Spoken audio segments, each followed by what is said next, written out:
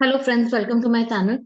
आज का वीडियो है एआईएस के बेसिस पे जो लोग रिटर्न फाइल कर रहे हैं उनके लिए, और जो खुद से रिटर्न फाइल कर रहे हैं। तो एआईएस में जो इन्फॉर्मेशन दिख रही है या टीआईएस में जो इन्फॉर्मेशन दिख रही है वो जरूरी नहीं है कि वो 100% सही हो।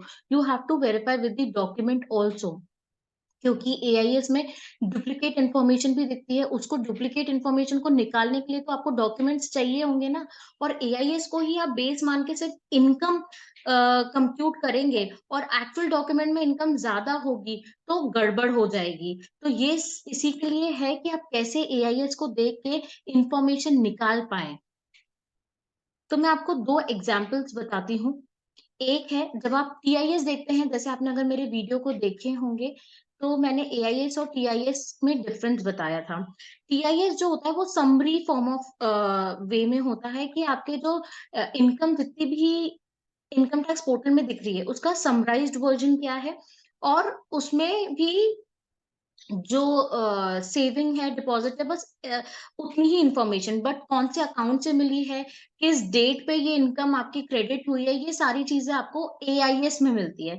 तो अब ये जैसे एक एग्जांपल है, यहाँ पर इंटरेस्ट ऑन डिपॉजिट जो दिख रहा है वो 7,62,3,110 दिख रहा है, और इंटरेस्ट फ्रॉम अदर्स दिख रहा है 141,147। तो अगर आप एआईएस के भरोसे ही रिटर्न फाइल कर रहे होंगे तो यहाँ पर आप 762,310 को तो इनकम लेंगे, साथ में 141,147 को भी इनकम लेंगे। पर ऐसा नहीं है, इतनी इनकम है ही नहीं।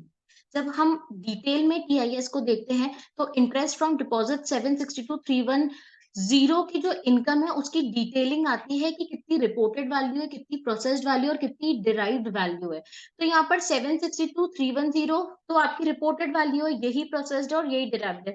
बट इसके साथ जो अदर इंफॉर्मेशन दिख रही है, जैसे कि 5,66,679 और 84,628, इसका क्या करना है, इसको भी ऐड करना है क्या? तो ऐसे आपको नहीं, आपके लिए आपको इसके लिए एआईएस में देखना है एआईएस में भी क्या क्या इंफॉर्मेशन दिख रही है। एआईएस जब हम लोग देखते हैं तो एआईएस सेक्शन वाइज होते हैं। पार्ट बी आई होता है information related to TDS deducted and collected at source. फिर उसी में ही इंटरेस्ट फ्रॉम डिपॉजिट होता है, जो कि यहाँ पर भी 7,62,310 ही दिख रहा है। फिर आप फर्दर स्क्रॉल डाउन करेंगे तो यहाँ पर बहुत डिटेलिंग में है कि किस डेट को क्रेडिट हुआ था, अब ये कौन से अकाउंट से रिलेटेड है। देन उसके पार्ट आता है part B 2, information relating to specified financial transaction, that is SFT.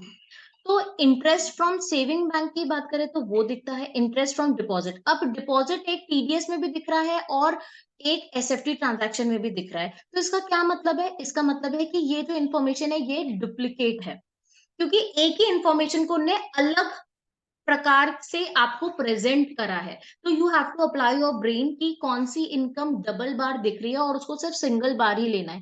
अब इंटरेस्ट फ्रॉम डिपॉजिट, जब मैंने ऊपर आपको टीडीएस टीसीएस सेक्शन में बताया था तो वहां पूरा दिख रहा है 7,62,310 जिसपे टीडीएस डिडक्ट हुआ है। और जब मैं यहाँ पर एसएफटी ट्रांजैक्शन की डिटेल्स देखूंगी तो उसमें इंटरेस्ट फ्रॉम डिपॉजिट कितना दिख रहा है, 5,66,679 बस। फिर फर्दर स्क्रॉल डाउन करेंगे अपन तो आपको इंटरेस्ट फ्रॉम अदर्स में दिखेगा कितना, 141,147, जो कि टीआईएस में अलग से दिख रहा था। अब इसमें से इंटरेस्ट किस किस को लेना है, कैसे पता चलेगा? तो यहाँ पर आपको क्या है, सेक्शन वाइज देखना है। एक सेक्शन में जैसे 7,62,310 इंटरेस्ट दिख रहा है, दूसरे सेक्शन में आपको यहाँ पर बाइफरकेट होके इंफॉर्मेशन दिख रही है। जब हम कैलकुलेटर से देखेंगे तो कैलकुलेटर में 566,679 प्लस, ये मैं एसएफटी सेक्शन में देख रही हूँ जहां पर बाइफरकेट करके इंफॉर्मेशन बताई है। फिर एक इंटरेस्ट यहाँ पर 84,628, 84,628, और एक है 141,147। तो ऐसे देखे तो इनका इंटरेस्ट कितना हो गया, 792,454। तो ये तो ज्यादा हो गया, जबकि जो हमारे टीडीएस टीसीएस सेक्शन में इंटरेस्ट रिपोर्ट किया जा रहा है वो कितना किया जा रहा है, 7,62,310। तो ये जो डिफरेंस है, why there is a difference, तो मैं आपको बताती हूँ।